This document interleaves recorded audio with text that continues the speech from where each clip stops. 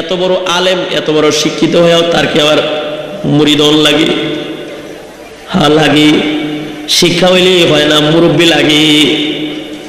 আপনার চাইতে বড় শিক্ষিত হলো আপনার ইবলিস। আপনার যে ইবলিসটা আপনার সাথে আছে এটা আপনার চাইতে বেশি শিক্ষিত। আপনি যদি 8-এর ছাত্র হন তাহলে আপনার ইবলিস 9-এ পড়ে। আপনি যদি 9-এ পড়েন তাহলে আপনার ইবলিসটা ক্লাস 10-এ পড়ে। আপনি যদি ক্লাস 10-এর ছাত্র হন, সে মেট্রিক পাস। আর আপনি মেট্রিক পাস, আপনার ইবলিস আয়ে পাস। আপনি আয়ে পাস, আপনার ইবলিসটা হলো বিএ পাস।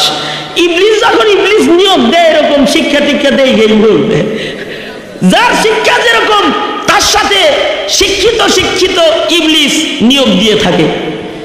আপনি যদি এমএ পাস হন তাহলে আপনার ইবলিস হলো ডবল এমএ।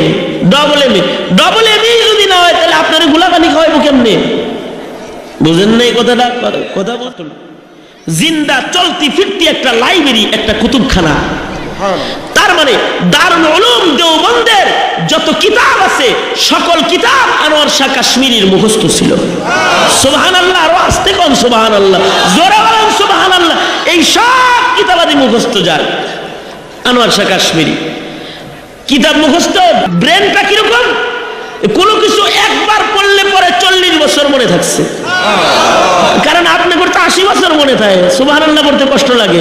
জোরে কোন সুবহানাল্লাহ, জোরে বলেন সুবহানাল্লাহ।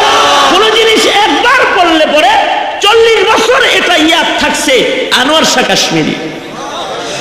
এত বড় আলেম আনোয়ার শাহ কাশ্মীরি। মুরিদ ছিলেন মুফতি রশিদ আহমদ গঙ্গুহি রহমতুল্লাহ আলাইহ। এত বড় আলেম, এত বড় শিক্ষিত হয়েও তার কি আবার মুরিদন লাগে? হ্যাঁ লাগে।